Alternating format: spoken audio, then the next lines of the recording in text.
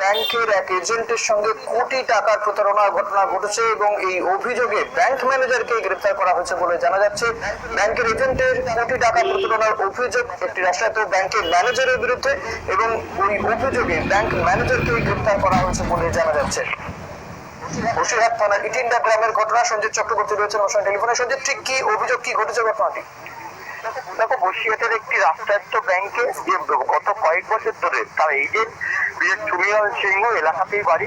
বিভিন্ন সময় তারা বিভিন্ন জায়গায় যারা খেটে খাওয়া মানুষ, একদিকে যেমন রয়েছে 100 দিনে কাজ করে যে অর্থ জমেছিল, পাশাপাশি তোমার দিন মজুর থেকে ক্ষুদ্র ব্যবসায়ীরা তাদের যে বিউনিটি করেছে আমানত করার জন্য সেই গ্রাম সেবা কেন্দ্রে গিয়েছিল। যার এজেন্ট ছিল ওই সিং, তাদের কাছে বিভিন্ন সময় কখনো 50,000, কখনো 1 লাখ, এইরকম করে প্রায় 1 কোটি টাকা ব্যাংকের অর্থাৎ সত্যিকারের কাগজ দেখিয়ে, অর্থাৎ সেই কাগজটা দেখিয়ে ব্যাংকের বিভিন্ন সময় রিসিভ করে তাদেরকে এই প্রতারণা করা হয়েছে। ইতিমধ্যে ব্যাংকের সামনে কিন্তু বেশ কয়েকশো গ্রাহক যারা প্রতারিত তারা কিন্তু ব্যাংকের সামনে বিক্ষোভ দেখাতে শুরু করে।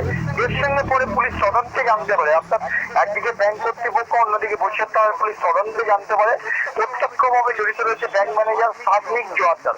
দীর্ঘদিন ধরে এজেন্ট এবং ব্যাংক ম্যানেজারের সঙ্গে একটা অশুভ আতাতের মধ্যে দিয়ে প্রায় খেটে খাওয়া মানুষের প্রায় কোটি টাকা মতো প্রতারিত হয়েছে। তারা এই জন্য অভিযোগের ভিত্তিতে ধৃত দুজনকে গ্রেফতার করে বসিরহাট থানার পুলিশ, অর্থাৎ ম্যানেজার সহ এজেন্ট।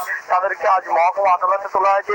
এর পিছনে কতদিন ধরে রয়েছে, কিভাবে কতদিন ধরে প্রতারণা করছে, কত টাকা, টোটালটাই কিন্তু তদন্ত শুরু করেছে বসিরহাট থানার পুলিশ। ব্যাংক ম্যানেজারকে নিজেদের হেফাজতে নেওয়ার জন্য তারা কিন্তু ইতিমধ্যে আবেদন জানিয়েছে মহকুমা আদালতের বিচারকের কাছে।